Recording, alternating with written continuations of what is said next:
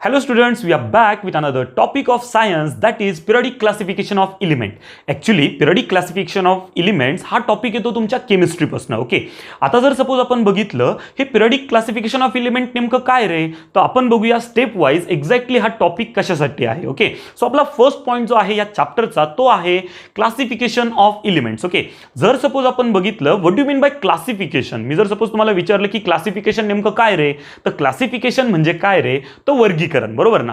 आता जर समजा मला कुठल्या पण गोष्टीचं वर्गीकरण करण्याची जर वेळ येत असेल तर त्याचं कारण काय असतं रे, तर मी जर सपोज काय केलं ना, जसं की मी माझ्या रूमचं एक्झाम्पल घेतलं. बरोबर ना. माझ्या रूममध्ये मी जर एक एक वस्तू आणत गेलो, ठीक आहे, जसं की माझे कपडे असतील, जसं की माझे काही युटिलायझेबल ॲक्सेसरीज असतील, सगळ्या गोष्टी मी आणून ठेवल्या. ठीक आहे, आता त्या आणून ठेवल्यानंतर मलाही त्याच रूममध्ये राहायचंय. आता मला जर त्या रूममध्ये राहायचंय, माझ्या त्या सगळ्या ॲक्सेसरीज, माझे ते क्लोथ्स वगैरे सगळं एका ठिकाणी ठेवायचं आहे, तर मला काय करावं लागणार ना, प्रॉपर ॲक्सेसिबिलिटीसाठी, प्रॉपर रिलायबिलिटीसाठी, मला प्रॉपरली समजून घेण्यासाठी, पटपट सगळ्या गोष्टी मिळवण्यासाठी मला त्या सगळ्यांना काय करावं लागेल रे, प्रॉपरली क्लासिफाय करून ठेवावं लागेल. क्लासिफाय म्हणजे काय, मला त्यांचं प्रॉपर वर्गीकरण करून ठेवावं लागेल. बरोबर ना. मग आता मी जेव्हा त्या सगळ्यांना क्लासिफाय करून ठेवतो, मला माझ्या रूममध्ये असलेल्या सगळ्या गोष्टी जर कुणी काही विचारलं तर मी इन्स्टंटली सांगू शकतो. बरोबर ना. तशीच गोष्ट घडते तुमच्या एलिमेंट्सच्या बाबतीत. तुमचे जे एलिमेंट्स आहेत ना, एलिमेंट्स पण खूप सारे आहेत. आता एवढे सगळे एलिमेंट्स जर समजा आपण बघितले, त्यांच्या वेगवेगळ्या प्रॉपर्टीज येतात, त्यांचे वेगवेगळे ॲटॉमिक मासेस येतात, त्यांचे वेगवेगळ्या गोष्टी येतात. बरोबर ना. या सगळ्या गोष्टी जर मला काय करायच्या आहेत, लक्षात ठेवायच्या, मेमराईज करायच्या आहे, तर यांना मला काय करावं लागतं, प्रॉपरली क्लासिफाय करावं लागतं. सो जो टॉपिक आपण बघतोय तो एक्झॅक्टली आपण बघणार आहोत की या सगळ्यांचं क्लासिफिकेशन मी कसं करणार आहे. ठीक आहे. सो जर सपोज आपण बघितलं आता आपल्या अर्थवरती किती नंबर ऑफ एलिमेंट्स अवेलेबल आहे अकॉर्डिंग टू अवर बुक, जर मी बघितले तर ते असतात 118. म्हणजे आपल्या जर सपोज बघितलं अर्थवरती 118 एलिमेंट सध्या अवेलेबल आहे. बरोबर ना, किंवा अदर आपल्याला नोन आहे. बरोबर. मी जर सपोज बघितलं की हे 118 एकदम सापडले का रे आपल्याला, नाही, हे वन बाय वन आपण जर बघितलं डे बाय डे ते आपल्याला काय होत गेले, डिस्कवर होत गेले. बरोबर ना. मग मी जर सपोज बघितलं, मी थोडंसं मागे जर गेलो 1800s मध्ये, म्हणजे 18th सेंचुरीमध्ये, तर 1800 मध्ये मी जर समजा बघितले ना, तर आपल्याला नोन एलिमेंट फक्त किती होते, 30. ओके, म्हणजे जर सपोज आपण बघितलं 1800 मध्ये आपल्याकडे अवेलेबल किंवा आपल्याला नोन असे एलिमेंट्सची संख्या किती होती, फक्त 30 एलिमेंट्स. बरोबर ना. मग हे जे 30 एलिमेंट्स होते, या 30 एलिमेंट्सचं तेव्हा सुद्धा, म्हणजे जर समजा 30 जरी म्हटले तर कमी अमाऊंट नाहीये, या 30 एलिमेंट्सच्या प्रॉपर्टीज, त्या 30 एलिमेंट्सच्या सगळ्या गोष्टी ज्या आपल्याला मेमराईज करायच्या होत्या, त्या मेमराईज करणं तर सहजासहजी शक्य नव्हतं. मग त्यांना जर सपोज मेमराईज करायचं ठरलं तर कसं मेमराईज करणार रे, तर त्या काळात इनिशियली एक टेक्निक वापरली होती. ती म्हणजे काय, त्यांनी काय केले, मेटल सेपरेट केले, नॉन मेटल सेपरेट केले. ठीक आहे, आणि त्यांना काय करून टाकलं, क्लासिफाय केलं. एवढ्यात ते थांबले नाही, त्यांनी एक नवीन कॉन्सेप्ट डिस्कवर केली जिचं नाव होतं मेटलॉइड्स. त्यांनी काय केलं ना, थर्ड त्यांनी एक पॅरामीटर यूज केला क्लासिफिकेशनसाठी, जो की होता मेटलॉइड्स, आणि मेटलॉइड्स मध्ये सुद्धा त्यांना काय केलं, क्लासिफाय केलं. आता एवढं करून गोंधळ जो होता तो नॉमिनली काय झाला, अंडर कंट्रोल आला. पण जर सपोज आपण बघितलं तरी सुद्धा 100% तुमची जे काही पॉसिबिलिटी होती की बाबा क्लासिफिकेशन म्हटलं की एकदम फास्ट आणि इफिशियंटली मला कोणती पण गोष्ट सांगता येईल, ते सगळं झालेलं नव्हतं. ती प्रॉपर मेमरायझिंगची टेक्निक आलेली नव्हती. म्हणून त्या काळातल्या सायंटिस्टने काय केलं ना, एक काम स्टार्ट केलं. ते काम असं होतं की त्यांनी काय केलं ना, की वेगवेगळे वेज शोधायला स्टार्ट केले, की ज्या वेजने आपल्याला एवढे सगळे जे 30 एलिमेंट्स होते त्या एजचे, ते 30 एलिमेंट्स त्यांना प्रॉपरली एकदम ऑप्टिमाइज करून काय करून ठेवता येतील, क्लासिफाय करता येतील. मग त्या सगळी जी काही रेंज होती त्या सायंटिस्टची, त्या सायंटिस्टच्या रेंजमध्ये सगळ्यात फर्स्ट सायंटिस्ट जो येतो तो म्हणजे डॉबेर्नेर. ओके, जर सपोज आपण बघितलं डॉबेर्नेरने मग काय एक्झॅक्टली सजेस्ट केलं होतं रे आपल्याला, तर डॉबेर्नेरने आपल्याला सांगितलं की तुमची जी काही ॲटॉमिक मासेस आहेत, ह्या ॲटॉमिक मासेसचं एक इंटर रिलेशन आहे कुणासोबत, त्या एलिमेंट्सच्या मासेस सोबत. म्हणजेच काय, जर समजा मी एखादा एलिमेंट जर घेतला, त्या एलिमेंटचा ॲटॉमिक मास आणि त्याची प्रॉपर्टी काहीशी इंटर रिलेटेड आहे, हे कोणी सांगितलं आपल्याला, डॉबेर्नेरने. मग आता हे त्याने सांगितल्यानंतर त्याला ते प्रूव्ह करावं लागणार होतं. तर प्रूव्ह एक्झॅक्टली त्यांनी कसं केलं ते आपण बघूया. ठीक आहे, तर डॉबेर्नेरने काय केलं ना, त्याचे ट्रायड्स इंट्रोड्यूस केले. ठीक आहे, आता त्याने जे ट्रायड्स इंट्रोड्यूस केले होते, त्या ट्रायड्स मध्ये त्याने काय केलं ना, की ग्रुप बनवून घेतले एलिमेंट्सचे. प्रत्येक ग्रुपमध्ये त्याने 3-3 एलिमेंट्स ठेवले होते, म्हणून त्याला त्यांनी नाव दिलं ट्रायड. ओके, तर असे त्यांनी ना त्याचे 3 ट्रायड्स बनवले. जसं की आपण बघितलं आपला फर्स्ट ट्रायड मध्ये त्यांनी जे एलिमेंट्सचा ग्रुप घेतला होता, तो ग्रुप होता, फर्स्ट एलिमेंट त्याने घेतला होता लिथियम, सेकंड ग्रुप घेतला होता त्यांनी सोडियम, आणि थर्ड जो घेतला होता त्याने एलिमेंट जो की होता तुमचा काय, तो पोटॅशियम. ओके, मग ह्या ग्रुपमध्ये जे 3 एलिमेंट्स घेतले, ते एलिमेंट्स कोण कोण लक्षात ठेवाल मग तुमचा, फर्स्ट लक्षात ठेवा लिथियम, सेकंड लक्षात ठेवा सोडियम आणि तिसरा होता कोण तर पोटॅशियम. आता याने बनवलं त्याचा फर्स्ट ट्रायड. आता ह्या फर्स्ट ट्रायड नंतर त्याने त्याचा जो सेकंड ट्रायड इंट्रोड्यूस केला तो सेकंड ट्रायड कन्सिस्ट करत होता काही इलिमेंट सोबत. जे की इलिमेंट्स होते सगळ्यात फर्स्ट होता तुमचा कॅल्शियम, सेकंड होता तुमचा स्ट्रॉन्टिनियम आणि थर्ड होता तुमचा काय तर बॅरियम. ओके, जर सपोज आपण बघितलं त्याने मग त्याचा जो काही तुमचा सेकंड ट्रायड होता, सेकंड ट्रायड मध्ये परत त्याने काय केले 3 इलिमेंट्स घेतले आणि ते जे इलिमेंट्स होते ते इलिमेंट्स कसे कसे घेतलेत मग लक्षात ठेवाल कॅल्शियम, त्यानंतर सेकंड काय लक्षात ठेवायचं आहे तुम्हाला तुमचा सेकंड होता स्ट्रॉन्टिनियम आणि जर सपोज बघितलं लास्ट होता तुमचा काय बॅरियम. ओके, आता याच्यानंतर जर सपोज आपण बघितलं हा झाला त्याचा डेव्हलप त्याचा सेकंड ट्रायड. आता तो गेला त्याच्या थर्ड ट्रायड कडे. आता जो थर्ड ट्रायड त्याने घेतला होता तो थर्ड ट्रायड होता तुमचा फर्स्ट इलिमेंट त्याने त्याच्या थर्ड ट्रायड मध्ये जो घेतला तो होता क्लोरीन, सेकंड घेतला त्याने ब्रोमीन आणि जर सपोज आपण लास्ट बघितला लास्ट त्याने घेतला तुमचा आयोडीन. ओके, मग आता जर सपोज आपण बघितलं त्याने घेतलेले हे सगळे जे ट्रायड्स होते हे ट्रायड्स नेमके काय सांगत होते रे, तर त्याचं म्हणणं असं होतं की जर सपोज आपण बघितलं तुमचं जसं त्याने फर्स्ट सजेशन आपल्याला दिलं ना, काय सजेशन होतं त्याचं फर्स्ट सजेशन की तुमचे जे काही ऍटॉमिक मासेस आहेत ते रिलेटेड आहे कुणासोबत तुमच्या प्रॉपर्टीज सोबत, बरोबर ना. आता त्याने सेकंड जे सांगितलं, सेकंड कॉन्सेप्ट जी सांगितली होती ती सेकंड कॉन्सेप्ट अशी होती की त्याच्या प्रत्येक ट्रायड मध्ये जर समजा आपण बघितलं त्याचे जेवढे पण ट्रायड्स होते त्याच्या ईच ट्रायडचे जर सपोज इलिमेंट जर बघितले त्या सगळ्या इलिमेंटच्या ज्या प्रॉपर्टीज होत्या त्या कशा होत्या सिमिलर. म्हणजे मी लिथियम जर स्टडी केला ना तर लिथियम सारख्याच जर सपोज बघितल्या बाकीच्या दोन्हीमध्ये पण काय राहणार प्रॉपर्टीज राहणार. नेक्स्ट थिंग त्याने काय केलं ना की ठीक आहे आता हे जे ट्रायड्स होते त्याचे ते ट्रायड्स एकदम प्रॉपरली आपल्या समोर आणले, बरोबर ना. पण आता हे जे ट्रायड्स होते मी तुमच्या समोर एकदम प्रॉपरली सांगितलं की बाबा नाही लिथियम आहे, सोडियम आहे, पोटॅशियम आहे. जर सपोज सेकंड जर घ्यायला गेलो तर सेकंड साठी पण मी जे काही नावं होती ते एकदम फास्ट तुमच्या समोर सांगितली.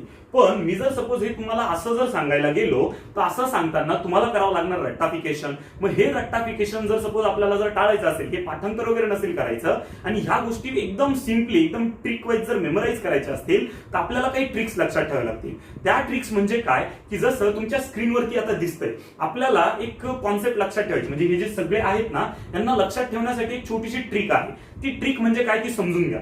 2 मैत्रिणी आहेत, त्या 2 मैत्रिणी काय करताय ना बाहेर टूरला जाण्यासाठी एक प्लॅन बनवताय. ठीक आहे, त्या पहिल्या मैत्रिणीचं जर सपोज आपण नाव बघितलं ते काहीतरी सपोज आपण कन्सिडर केलं ते होतं लीना. ठीक आहे, आणि दुसऱ्या मैत्रिणीचं जे नाव होतं ते होतं मानसी. ठीक आहे, तर मानसी काय करते ना मानसी ना लीनाला काहीतरी सजेस्ट करते. काय सजेस्ट करते ते समजून घ्या.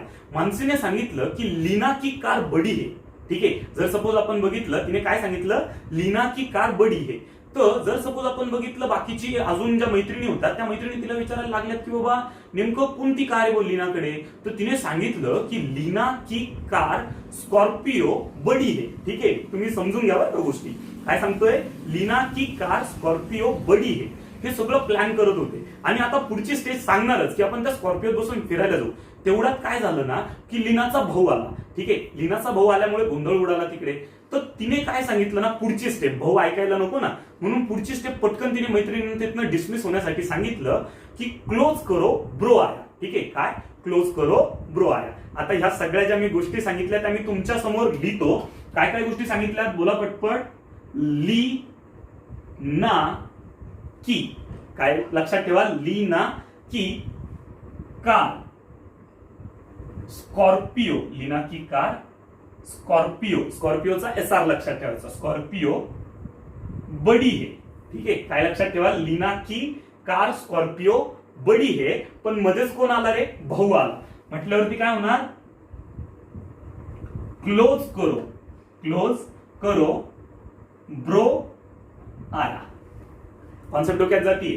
हे होते त्याचे सगळे ट्रायड्स जर सपोज आपण बघितले यांच्यामध्ये जो सगळ्यात फर्स्ट ट्रायड होता तो होता हा होता त्याचा सेकंड ट्रायड आणि हा आहे त्याचा थर्ड ट्रायड. येते लक्षात. मग जर सपोज आपण बघितलं आपल्याला आता त्याचे जे काही सगळे ट्रायड्सचे इलिमेंट्स होते ते आता पाठ करण्याची गरज नाही. लक्षात काय ठेवाल फक्त लीना की कार स्कॉर्पिओ बडी है क्लोज करो ब्रो आया. ओके, आता जर सपोज आपण बघितलं हे जे सगळे तुमचे इलिमेंट्स आहेत. ठीक आहे, या सगळ्या इलिमेंट्सला आता पाठ कसं करायचं किंवा आता लक्षात कसं ठेवायचं म्हणेल मी. लक्षात कसं ठेवायचं ते तुमच्या लक्षात आलंच आहे. आता नेक्स्ट थिंग जर सपोज आपण बघितली मग इथे जर सपोज आपण यांना आता ठीक आहे लक्षात ठेवलंय, आतापर्यंत आपल्याला डॉबेर्नियरच्या ट्रायडमध्ये काय काय गोष्टी लक्षात आल्या मग, तर डॉबेर्नियरने सगळ्यात फर्स्ट थिंग सांगितली की हे जे सगळे एलिमेंट्स आहेत तुमच्या समोर जे दिसत आहेत, ज्याचे त्याने ट्रायड्स बनवले, हे सगळेच्या सगळे ट्रायड्स, ईच ट्रायडच्या प्रॉपर्टीज कशा आहेत सेम,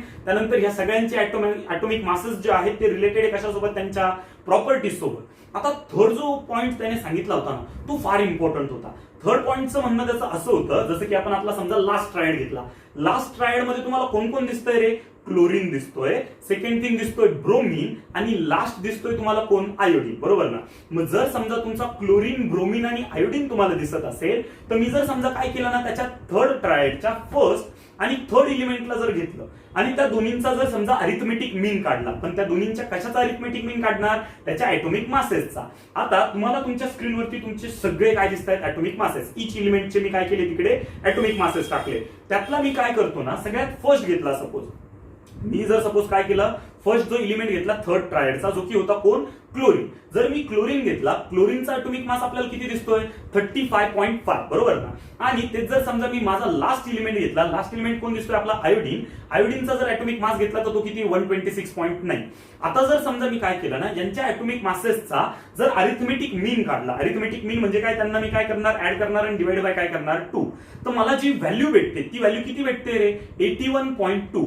सरप्राइझिंग थिंग बघा बरं का, 81.2 एक्झॅक्टली ॲटॉमिक मासची व्हॅल्यू आहे कुणाची, तुमच्या सेकंड एलिमेंटच्या तुमच्या थर्ड ट्रायड मध्ये. सेकंड एलिमेंट कोण आहे आपला, ब्रोमीन. ब्रोमीनचा जर ॲटॉमिक मास बघितला तर आपण जी आधीच लिस्ट घेतली होती त्या लिस्टमध्ये व्हॅल्यू जी होती 81.2 ती एक्झॅक्टली इक्वल्स आली कशाच्या, या दोन्हींच्या अरिथमेटिक मीनच्या. तर थर्ड प्रॉपर्टी आपल्याला काय लिहायची मग, किंवा आता थर्ड स्टेटमेंट आपल्या डॉबेर्नियर ट्रायड मध्ये काय लिहिणार तुम्ही, तर ते स्टेटमेंट काय राहणार, the arithmetic mean of first element and third element of any triad is equal to the atomic mass of what your atomic mass of your second element of the same triad. येते लक्षात. मग आपले हे जे डॉबेर्नियर triad होतं, डॉबेर्नियर triad मध्ये आपण काय काय गोष्टी शिकलो, तर सगळ्यात फर्स्ट थिंग त्याने काय सांगितली की atomic mass of every element is related to its what, property. Second thing त्याने काय सांगितली ना, की जर सपोज आपण बघितलं, आपण त्याने जे घेतलेले इच ट्रायड्स होते, इच ट्रायडच्या प्रत्येक एलिमेंटच्या प्रॉपर्टी चेक करा, सगळ्या कशा राहतील,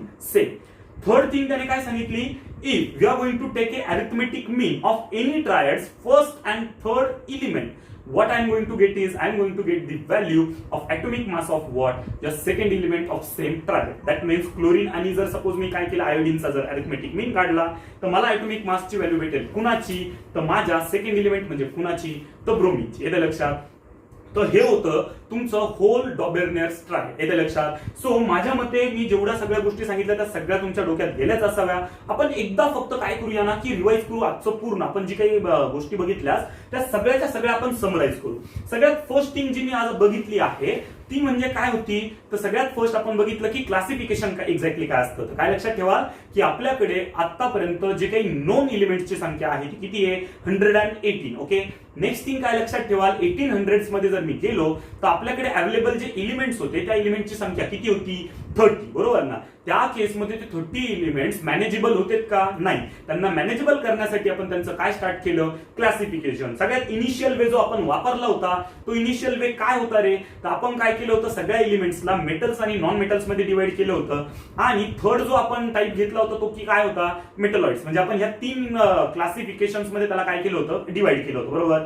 आता हे क्लासिफिकेशन झाल्यानंतर तरी पण गोष्टी सगळ्या अंडर कंट्रोल आल्या होत्या का, नाही. अजून पण लक्षात ठेवणं फार अवघड होतं. म्हणून यांना सोपं करण्यासाठी आपण काय केलं ना, तर आपले जेवढे पण सायंटिस्ट होते त्या सगळ्या सायंटिस्टने काय केलं ना, रिसर्च स्टार्ट केला आणि आपल्याला क्लासिफिकेशनचा कुठला वे भेटतो ते शोधायला त्यांनी स्टार्ट केलं. हे सगळं शोधत असताना सगळ्यात फर्स्ट जो सायंटिस्ट समोर आला तो कोण होता, तर डॉबेर्नियर. डॉबेर्नियर हा 1817 मध्ये आला होता, जो की जर्मनीचा होता. आणि त्याने आपल्याला काय काय गोष्टी दिल्या, तर त्याने आपल्या समोर आणलं डॉबेर्नियर ट्रायड, बरोबर. हे जे डॉबेर्नियर ट्रायड होतं, या डॉबेर्नियर ट्रायड मध्ये त्याने काय केलं रे, तर 3 एलिमेंट्सचे ग्रुप बनवले ज्या एलिमेंटच्या प्रॉपर्टीज कशा आहेत, सेम. आणि त्यांना त्यांनी नाव काय दिले, तर त्याने त्या 3 ग्रुप्सला नाव दिले काय, ट्रायड, बरोबर. असे त्यांनी किती ट्रायड बनवले, 3 ट्रायड्स बनवले. त्या 3 ट्रायड्स मध्ये जर सपोज आपण बघितलं, ते 3 जे ट्रायड्स होते त्या 3 ट्रायड्सचे जे पण एलिमेंट्स होते ते एलिमेंट्स पार्ट करण्यासाठी आपण एक ट्रिक बघितली. ती ट्रिक काय होती रे, तर काय होतं, ली ना के. काय लिना की काय, कार, स्कॉर्पियो बडी है, ब्रो आया क्लोज करो ब्रो आया. ओके, म्हणजेच काय आपण काय केलं होतं तिकडे तुमचा एक शॉर्टकट बनवून घेतला. त्या शॉर्टकटने आपण काय केलं ना, तुमचे सगळे एलिमेंट्स काय केले तर लक्षात ठेवले. आता त्या सगळ्या एलिमेंट्सची जर सपोज आपण बघितली त्यांच्या प्रॉपर्टीज, म्हणजे प्रत्येक ट्रायड मधल्या सगळ्या एलिमेंटची प्रॉपर्टी कशी राहणार होती सेम. आता आपण काय केलं ना, त्याच्या थर्ड गोष्टीकडे कॉन्सन्ट्रेट केलं. थर्ड गोष्ट त्याने काय सांगितलं, कोणता पण ट्रायड घ्या, कोणत्या पण ट्रायडच्या फर्स्ट आणि थर्ड एलिमेंटची काय करायची, तुम्हाला समेशन करायची, त्याला डिवाइड बाय काय करायचं 2. थोडक्यात काय करायचं, कोणत्याही ट्रायडच्या फर्स्ट आणि लास्ट एलिमेंटचं काय काढा, अरिथमेटिक मीन. तुम्हाला व्हॅल्यू भेटणार कशाची, ऍटॉमिक मासची, पण कोणत्या एलिमेंटच्या, सेकंड एलिमेंटच्या त्याच सेम ट्रायड मध्ये. येते लक्षात. तर हा होता तुमचा काय डॉबेर्नर्स ट्रायड. ओके, आता ह्या गोष्टी सगळ्या स्टेट झाल्यानंतर सायंटिस्टने त्याला एक्सेप्ट केलं नाही काही काळानंतर. कारण होतं तसं, त्याचं एक लिमिटेशन होतं. त्याने फक्त टोटल 9 एलिमेंट्स बद्दल बोलला, बरोबर ना. त्याचं जे सगळं सजेशन होतं सगळं होतं फक्त या 9 एलिमेंट्स बद्दल. त्या काळात एलिमेंट्स किती होते, 30+ एलिमेंट्स होते किंवा 30 एलिमेंट्स होते कन्सिडर करा. मग जर समजा 30 एलिमेंट्स होते आणि त्याने जर फक्त 9 एलिमेंट्स बद्दल बोलला तर बाकीच्या एलिमेंट्सचं करायचं काय, म्हणजे तुमची थिअरी काय झाली, इनकम्प्लीट राहिली. सो डॉबेर्नर्स ट्रायड जे होतं ते काय राहून गेलं मग तुमचं तिकडे, अनएक्सेप्टेड. येते लक्षात. So this was all about Dobereiner's triad. आपण भेटूया नेक्स्ट लेक्चर मध्ये तुमच्या नेक्स्ट रिसर्च किंवा नेक्स्ट वे ऑफ क्लासिफिकेशन सोबत. थँक्यू.